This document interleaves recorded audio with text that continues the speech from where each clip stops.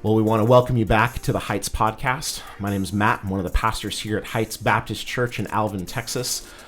At Heights, our mission is to love and to lead all people to a new life with Christ. And one of the ways that we do that is by creating content like this podcast where we help you take your next step of faith.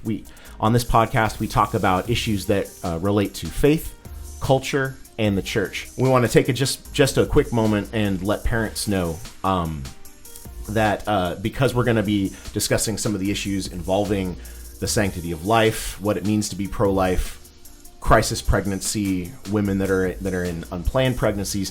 This is a bit of a content warning for parents. So if you are listening in your car and you've got little ears, if you've got little ones that aren't quite ready to hear some of the topics we'll be talking about today, you may want to preview this episode ahead of time before you share it with your family. And today I'm joined by a very special guest. This is Jonelle Fields. Jonelle Fields is the director of the Inspira organization that's in Friendswood. This is one of the organizations that we have partnered with as a church for a number of years to support their work regarding the sanctity of life.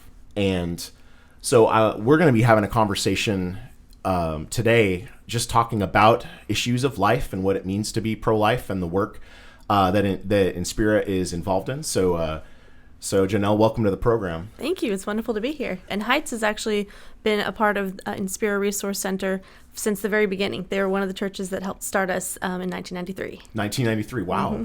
So it's been over 30 years. Yes, last year was our 30th anniversary. Oh, congratulations. Yes, amazing. That's exciting. So we have not known each other quite that long. Not quite. But we've actually known each other for a good long time. Yes, about half of that.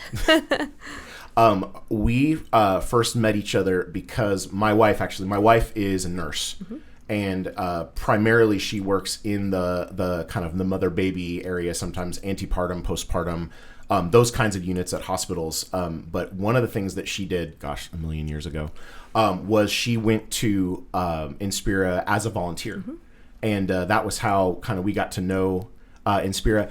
Do you mind talking a little bit about the name change? Tell me a little bit about that. Yeah, so we were Center for Pregnancy for 30 years, and then last year we rebranded to Inspira Resource Center. And one of the reasons behind that was because we didn't want to put any stumbling blocks in the way of potential clients. So a lot of times when they're coming in, they're not really thinking pregnancy. They're just thinking issue, problem, what's going on here. And it's even just the word pregnancy is sometimes kind of a stop sign for people, as well as for volunteers and people getting involved. It was honestly really disheartening sometimes talking to people, and they'd say, "Oh, hey, I'm interested in having a table somewhere. What do you do? I'd love to hear more about it." And then as soon as I would say we're at the Center for Pregnancy, literal, physical, put their hand up and say, "Oh no, well I don't need you." Well, maybe we need you though. So there was unfortunately baggage with even just the word pregnancy. And so we wanted to make sure that there was nothing stopping clients from coming or from stopping people who might be able to be interested in volunteering or supporting, as well as just for confidentiality for our clients. If a girl calls in and we have her number, we have permission to call her, but we call her and a boyfriend answers, we're obviously not going to give any information, so we'll just say, "Oh, never mind, we'll call her back later," hang up. But obviously with caller ID, he can call us right back, and if he calls us back and we say, "Center for Pregnancy, can I help you?"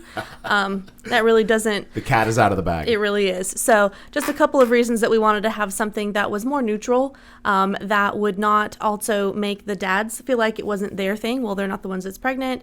So just for so many different reasons, we really wanted to make sure that we had a name that was something that was neutral. It'd be better for someone to say, "Oh, Inspira, what do you do there?" rather than, "I assume that I know everything about you because your name is Center for Pregnancy." Gotcha.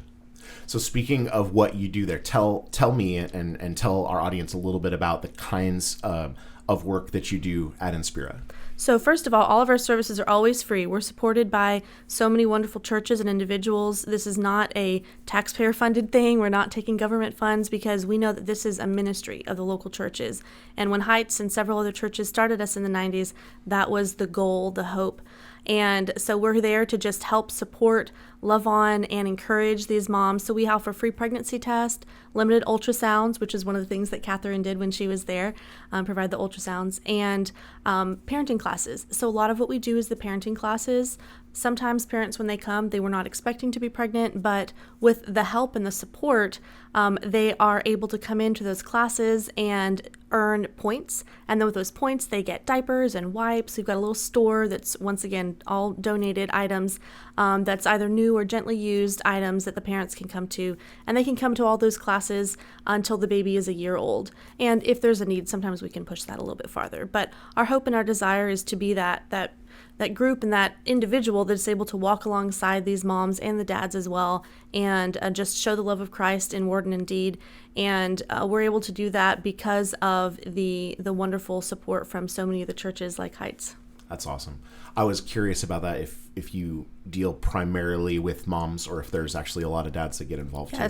Yes, that's something that we're definitely also praying that the Lord will open more doors in that, because right now we don't have a dadvocate, but we have our client advocates that work with our moms, and we're always encouraging the dads to come with the moms, even if they're not together, as long as they're in a safe relationship.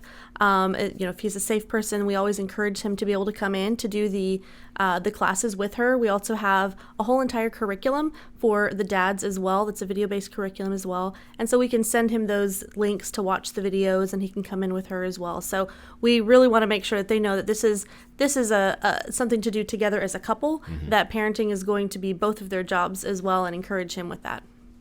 Now, we're recording this kind of mid-January right now, so we're actually just a few days away from Sanctity of Life Sunday as we're recording this. And so, of course, that's always kind of a time that I think about kind of where we've been as a nation and in the history of kind of the pro-life movement and the pro-life cause.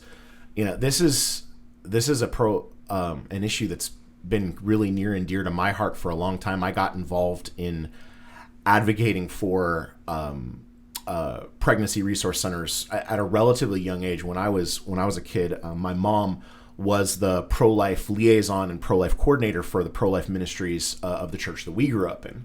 And so I spent my elementary and teenage years hauling equipment to pregnancy resource centers, participating in walkathons, running sound for fundraisers. I mean, there was just a lot of that going on, in our family, that we were all very involved in that ministry.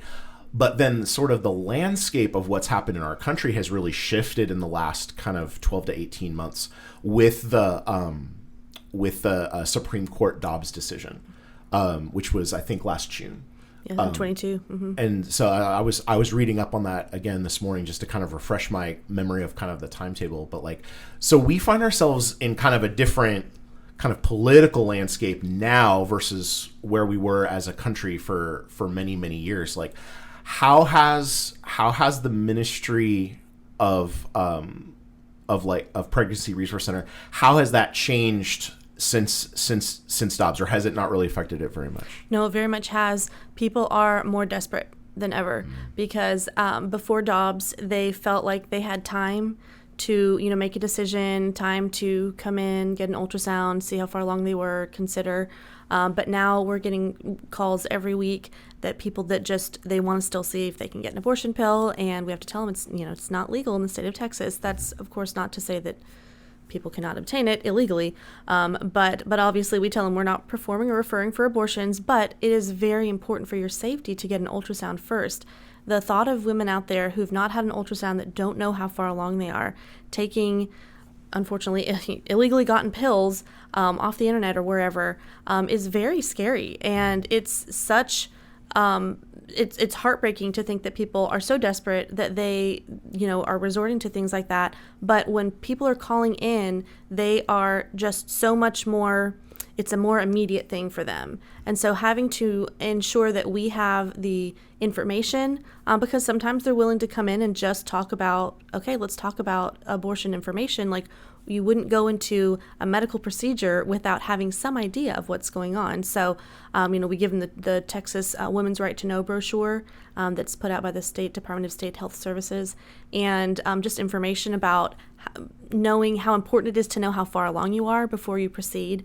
But because of the now the things that they see as obstacles in their way of stopping the pregnancy, they are just feeling more desperate. So we've had a lot more calls, people asking for, some of them are asking for ultrasounds, but a lot of them are just asking for information on what they can do and where they can go, and just trying to be there for them. And obviously, we're not always going to be able to give them what they want, because unfortunately, a lot of times what they're wanting and what they think is the best thing for them is to go out of state and get an abortion. Right. But if we can be there for them and say, hey, let's take a deep breath for just a moment, come and sit down and talk about what's going on and how we can help, and let's think through the options and not just, a lot of times, it's called pro-choice, but unfortunately, a lot of times they don't feel like they have a choice. Right. They feel like this is their only choice. And the desperation has been the thing that I've seen increase since Dobbs.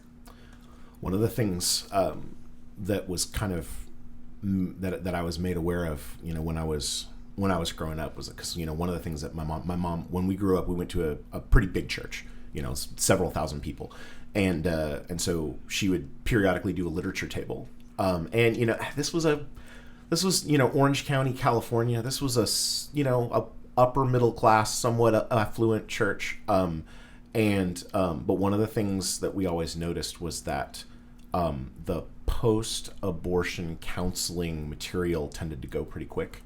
And that was just a very sobering reminder for us that this is an issue that affects a lot of people, even in our churches. And I was thinking about what you were saying about how, the word that they describe is pro-choice, but a lot of times people that find themselves in this situation don't feel like they have a choice, and that just reminded me to kind of be careful how we talk about this issue.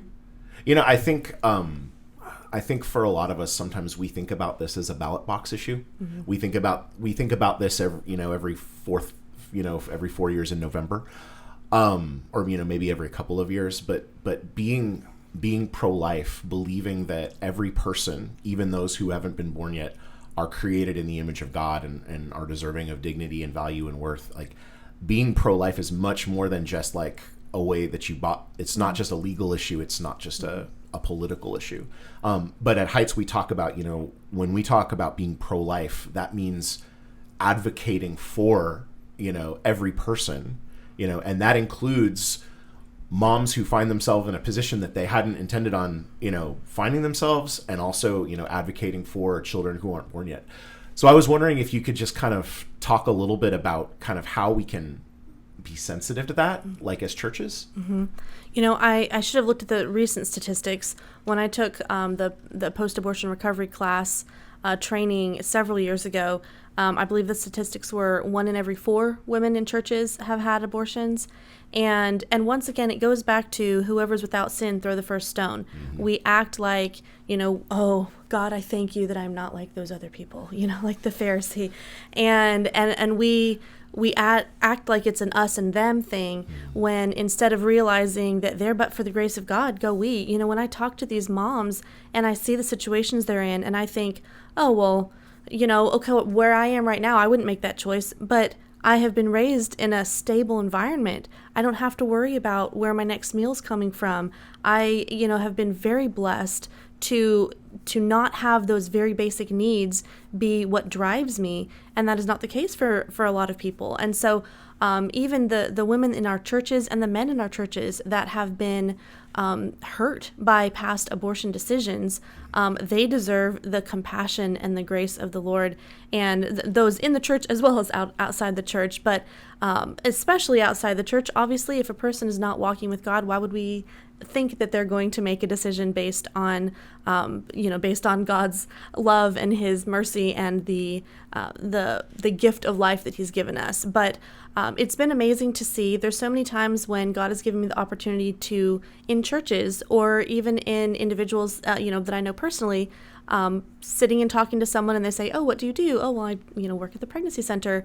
And it's amazing how often I just feel like the Spirit of God telling me, I think this is something that we need to talk about, because just that it's a fear that I feel coming for them of a, what are they going to think? And I love that when I'm able to say, we are so passionate about making sure that mothers who have made that decision in the past and have regrets about that and don't feel like they can talk to anyone, we want them to know that they can come and there's healing and there's forgiveness in the Lord. And we have a post-abortion recovery class that they can come to, and we want to make sure that they don't go through this alone, because it's a very alienating type of grief, because on the one hand, they can't go out and tell the secular world is telling them to be proud and shout their abortion. Right. And they feel like they can't tell the members of their faith community, their church, because of the shame and the guilt that's involved in that. So they're very much alone. And so that's one of the things that's powerful about the post-abortion recovery class, is that having the women come together and understand I am not the only one that's gone through this, and God can and will forgive me, and just to feel that healing. It's just the peeling back of the layers, It's not like they go through this class, and it's an extensive 12-week class, but it's not like you go through that and then everything's fine. But it's just that beginning of the healing.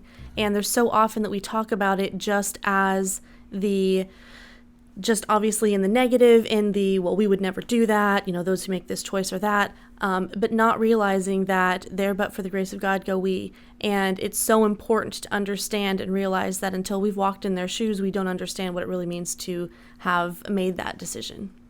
Yeah, I think, as difficult as finding yourself in a unplanned pregnancy can be, and as devastating as having made a prior abortion decision is to everybody who's involved, we worship a God who's so much bigger than that, and Jesus Christ went to the cross to cover, all kinds of sin, all of our sin, including, decisions that we've made in our past. And so, and praise God for that, because in Christ there is healing and there's redemption. So important, I think, for those of us. I'm just thinking about that number, like 1 in 4, maybe 1 in 4, 1 in 5. So just think carefully. I've been in situations before where, I got kind of, obviously, I've been, the cause of pro-life and the children who have not yet been born being image bearers of Christ is something I'm very passionate about. I've been passionate about it for decades. There have been times, like in small group Bible studies, I've gotten kind of worked up about it, and I've been pulled aside by very caring friends who said, hey, you need to be aware that there are people in this room that have been impacted by, a previous decision, and to just be very careful how we speak. We don't want to treat our brothers and sisters in Christ like they're wearing a scarlet letter. Mm-hmm. If a woman or a couple find themselves in a crisis, we don't want them to have a scarlet letter. And if somebody has made that decision in their past, we don't want them wearing a scarlet letter either. Mm-hmm. And so just kind of just letting our speech always be filled with grace, and just be careful about kind of how we talk about this issue. Yes. Thinking, living in the world that we live now, kind of post-Dobbs, I never thought I was ever going to see Roe v. Wade be overturned in my lifetime. Me either. I was shocked when that happened. When the news articles broke that was going to happen, I didn't even believe it. Like, I was like, yes. That's something that I just always, I'd always hoped for, and mm-hmm. I'd always prayed for. But when it actually happened, I was like, oh, holy smokes. Mm-hmm. Like, this is, but like you said, like now, like the battle isn't over. No.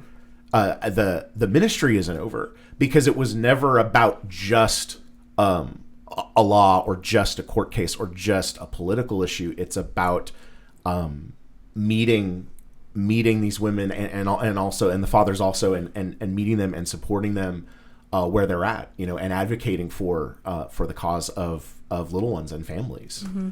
And so, like, one of the things that I'd love to talk about is, what are kind of some of the specifics? What are some practical ways that we as church folks can get involved in the cause of being pro-life in a way that's more than just the ballot box or just political activism or court cases?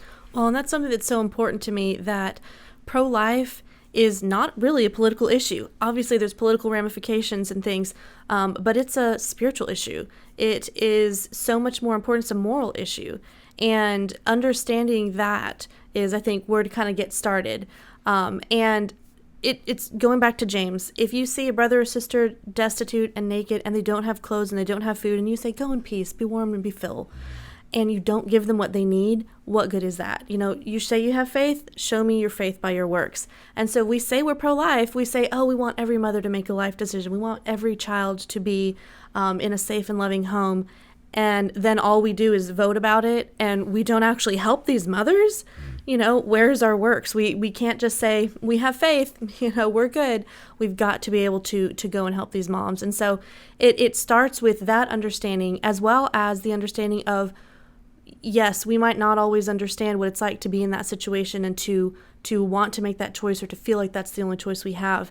But obviously, God said that there's so many things that we do in our hearts that are the same thing. So it's that understanding of, we have got to be loving, and we have got to be sharing the grace and the love of Christ.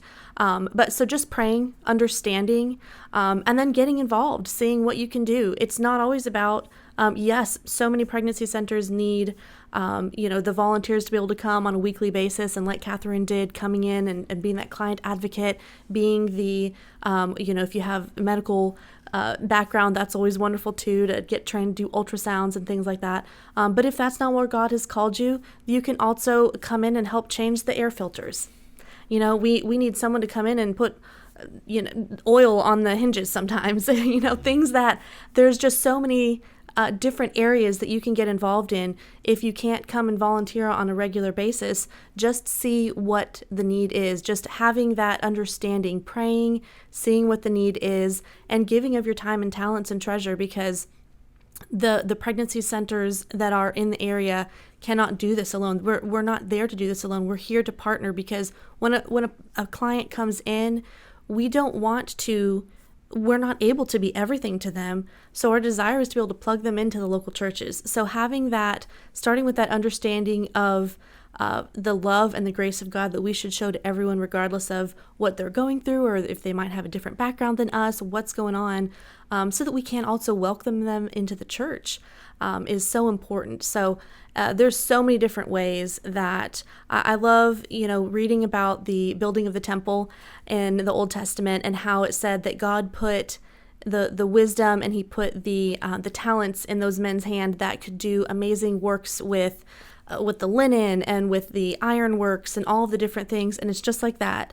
If you have the compassion and the just the carefulness of being able to speak to a person, and you feel that God has called you to come and speak one-on-one to these moms or these dads, that can be how you can help. If you just have the ability to decorate and you want to come help us make sure that the lobby looks great for our clients, so that when they come in, they feel immediately at ease and comfortable, that's important too. So there are so many different ways, but it all starts with praying and understanding these moms, and understanding how we can start to support and help them, and understanding this is not just a women's issue. Right. It takes two. And so we need both the women and the men in the church to be able to stand up and be a part and advocate for these mothers, so that we do have the opportunity to help serve them as well as their unborn children. I love what you said about looking for a dadvocate too. I went straight to dad joke territory, I feel like, with that. Yeah, I think about, when I was in high school, I was hauling medical equipment out of the back of pickup trucks, setting up pregnancy resource centers in our, around our town. Because that was part of, what we were doing in my home church, and so, I'm not a medical guy, obviously, my wife has like a whole bunch of skill sets when it comes to, the kind of the day-to-day, the day-to-day operations that would serve a center like that. But, somebody like me who's got a strong back in a pickup truck, I can, take equipment from point A to point B, or, things like that. So yeah, there's lots of different ways you can go. And then obviously you guys how are you guys funded? Just by individuals' donations. So we do a couple of fundraisers a year. We do our baby bottle fundraiser, which is so much fun, because I feel like it's the easiest thing. We give little empty baby bottles to churches, and then folks take them home and for a month fill them with their spare change. I say, sit in the console of your car, and when you go through McDonald's, just put the extra change in, and that really does help. And then we do a golf marathon in the fall. Sometimes we do a banquet as well. But it's just by the individuals that have been moved by the Lord to give, to support the ministry.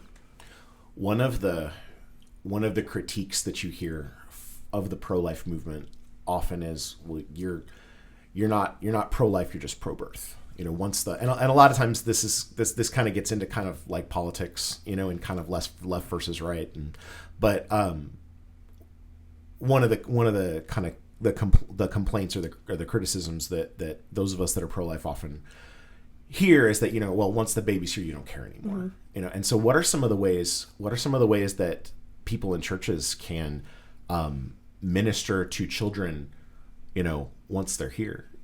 Well, and that's one of the things with the pregnancy centers, that nothing could be further from the truth than to say pro-birth. That is the whole reason that pregnancy centers exist, to be able to help and support those moms. So, but being able to see what's going on in the pregnancy centers and say, hey, how can we help with? We always do a Celebrate Moms event for the moms every May around Mother's Day, and encourage them. We always have childcare for that, because most of the moms have more than one kiddo, and just a time for them to not worry about where their child is, and get involved and be with other moms, and so encourage that way. So we have all of the items for the children that they would need, basically until at least 2 toddler, and then just checking to see where else we can plug in, where else we can help. Moms a lot of times need childcare. That is one of the biggest things, especially the majority of the moms that we see are single moms, and not having a safe person to place your child with while you go and look for a job to be able to provide is huge. That's a big need. Just seeing where you can connect with these moms and encourage them and help them in very practical ways. So childcare is always a big need, and that's not something that we do at the pregnancy center. But as we connect moms to churches and organizations that can help them longer term, that's where you can see and connect and say, okay, what's the childcare, being able to help with at Christmas time. A lot of times we do a adopt a family type of a program where these moms are able to come in and get gifts for their children, because otherwise most of them wouldn't have much of a Christmas gift at all. And so we are so encouraged by the support that we've had from the community to be able to help longer term. And while our program only goes to a year or sometimes a little more after the baby is born, we always try to stay in touch with our moms for as long as possible. We have, I've gone to kiddos' soccer games and birthday parties and things, and it's just so wonderful to see them growing up. Now that I've been at the pregnancy center for 15 years, these kids are teenagers, and being able to still continue to connect with some of these moms and just see what other things they need, to be able to see what we can plug them into is just huge. But it's wonderful that we've had so many families, and so many of the churches that I see, we've got so many families that are helping with foster care and with adoption, and that's always a wonderful need and a wonderful place to help. But what if we can help these children not be in foster care in the first place? Interesting. What if we can help these parents to be able to parent their child so they are not feeling like they can't do this alone? So that's where the pregnancy centers come in, to say, how can we help, and what can we do to help you be the best parent that you can be, and to help you succeed as parents. And I would imagine that for those of us that are in local churches, like that's a process that continues long after they've kind of aged out of like the ministry of a place like Inspira. Like if you have single moms, if you've got families that are struggling in your church, like come alongside those families. Childcare is an issue, especially for single parents. And Christmas gifts are an issue, especially for single parents, so I'm thinking, even once they get beyond maybe the age range that you're specifically dealing with, like those are families we should be keeping our eyes on, for those of us in churches. If you've got people in your church, in your life group, in your small group Bible study, like those are places where you can do ministry, even, just within your local church. And of course, and do you, the women that you come into contact with, do a lot of them choose to go through like an adoption process? Do most of them keep kids? Does it just depend? That's one thing that's heartbreaking in society right now, is just how stigmatized adoption is and how difficult that is for a woman to choose. So we always give that as an option. We've got a couple of different informational packets on different adoption agencies, and we always give that to someone who is not sure what they're going to do, not sure if they can parent, and that's really not something that we see people choose very often. Now, obviously, a lot of times when the moms come in and they are considering abortion or very much wanting to choose abortion, a lot of times we don't always get to hear from them afterwards. Right. So we don't know. When we get to heaven, we might see so many people that chose adoption and their children were healthy and fine and wonderful, but we don't know. So a lot of times it's harder for them, and from their perspective, it's an easier thing to do to choose abortion because they say, well, if I go through the 9 months of pregnancy and go through the pain of delivery and then I have to, quote, give my baby away, that would be very difficult, and I don't want to do that. I want to have this abortion before I feel connected, before Gotcha. I feel like this is a real baby. And so a lot of times it, in the moment, seems like an easier choice to them because of the very real emotional ramifications. No one's going to say adoption's easy. That is Right. a very difficult choice to make. But to help them to understand that it is still you can still be a part of that baby's life, to understand that open adoption is just adoption in general these days is so much better than the olden days. Right. There was so much of a stigmatized, and we still see it in media and things portrayed, because back in the day, it was very traumatic, taking this child away and not allowing the mother to see or bond with the child at all, not allowing there to be any contact. So with open adoption, we can help explain to them, you can make this plan. You're not giving your baby away. You're making a plan for your child. You are able to choose the parents that they're going to be with. You are able to have that connection to where if you want to, write them letters, they want to write you can usually connect up with them and, see them at Christmas and things like that. So just helping them to understand the truth of adoption now, but it's still a very difficult choice. Gotcha. And then, on the other side of it, we've got several families at Heights that have gone through the adoption process. We've got several adoptive families at Heights, and it's been just a cool blessing to be kind of on the other side of that, to watch God bring families together, and watch God bless families with children, and to be a part of that, to be a part of supporting that. Like, I just praise God for that. That's, something that Christians have actually been known for since the very beginning, Yes. since the Roman Empire, Yes. and so being able to continue that tradition and being a part of that, I think is a huge blessing. Do you have anything that you'd like to talk about or kind of promote as far as what's going on at Inspira right now? Yes. Yeah, we're having our, and obviously if you watch this or hear this in the next week, this will help, but we're having our open house on January 25th from 5:30 to 8. So we'd love to see anybody here at the pregnancy center. We'd love to have y'all come by just to have some light refreshments, come take a tour, see what God is doing there physically at the center. And we always have just other opportunities throughout the year to either have some training or to learn more about. I would love to talk more to people if anyone has a question about how to talk about their pro-life beliefs, as well as understanding how important and powerful our words are.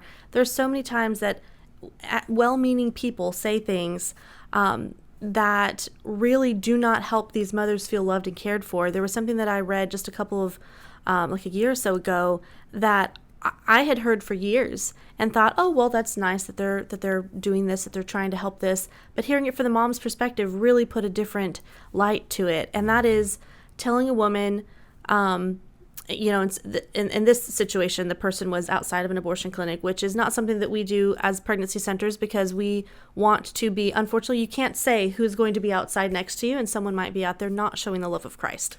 Right. And if you're standing next to them and a mom walks up, she can't differentiate between you trying to share the love of Christ and the other person that's yelling.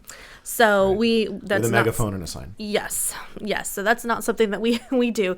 But in this case, this was a person that was standing out there and talking to a mom as she walked in and saying what so many well-meaning people have said: I'll take your baby. I'll raise your baby. Like, don't do this. I'll take your baby for you. And what this mom said was, what that communicated to me was, I don't care about you. I just care about your baby. Like, I don't know what you're going through, but I'll just take this baby and I'll care for and love this baby. You go do you. And so there's things like that we don't realize, that well-meaning, we mean the best thing. We want to be able to help that mom. But when we say things like that, it comes across as, I only care about this child.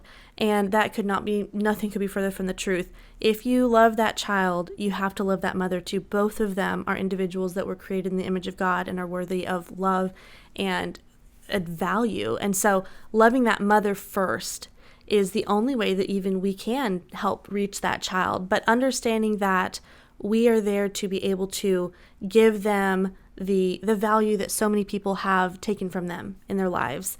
When they come to us, they're so often beaten down with the pressures, with the stress, sometimes physically beaten, and being able to give them the connections that they need to help them, to provide justice for them if that's what's needed, and to provide safety and protection emotionally, spiritually, and physically is so important. So just be aware of our words and try to think about what I'm saying right now.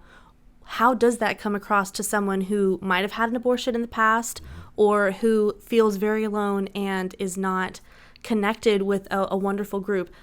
So many of us, having been raised in churches, don't understand what it's like to not have that church family around us. And it's so wonderful to be able to be that for these moms and to connect them with these churches so that they can have those long times. But I just encourage everyone to think about what we say and just ask the Lord to give us those words of grace, seasoned with salt, that we can minister grace to these mothers and to these fathers as they're going through very difficult times. Lead with love. Yes.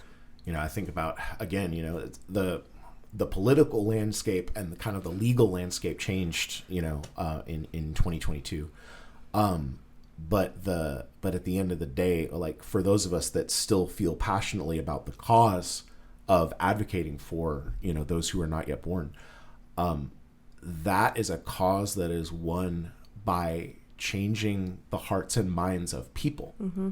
One of the things that we've kind of watched over the last couple of years as we've looked at midterm elections and things is this has been an issue that's it's been a very complicated issue, in elections at the state level, and so this was never going to be something that was going to be won just by overturning one Supreme Court case or by passing a certain law. At the end of the day, advocating for those who are not yet born and being willing to step up and support women and families that are in crisis, that is what is going to accomplish changing hearts and minds on this issue. Mm-hmm. And I pray that we as the church would be that force that would speak the truth of the love of Christ and the gospel into our culture in a way that leads with love, so that we are able to change the culture in the same way that it was changed in the 1800s, primarily by people who in the church who spoke out against slavery. Mm-hmm. And I believe that the political side, the legal side, I think those issues are important. I follow them very carefully when things go up with SCOTUS and things like that.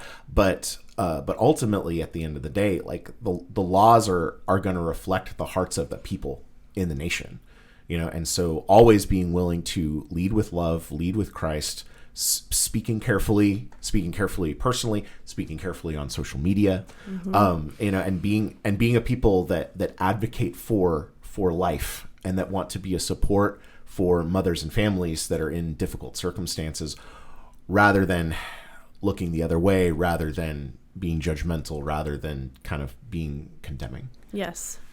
So I'm looking forward to moving into kind of this next era of what it means to advocate for life in this country and in our state. And I want to say thank you so much, Jonelle, for joining me on the episode today as we talk about what it means to be pro-life. And thank you so much for the work that you are doing in Inspira. And here is to many more years of partnership with Heights Baptist Church and churches just like us. Yes, thank you so much. So we want to say thank you so much for joining us for this episode. If you are in the Houston area, we meet for worship at 10:30 a.m. At our Alvin campus. That's on the south side of Houston. And we have life groups for all ages at 9 o'clock. We want to say thank you once again for joining us. You can follow us on social media. Be sure to like and subscribe for future episodes. We'll see you next time.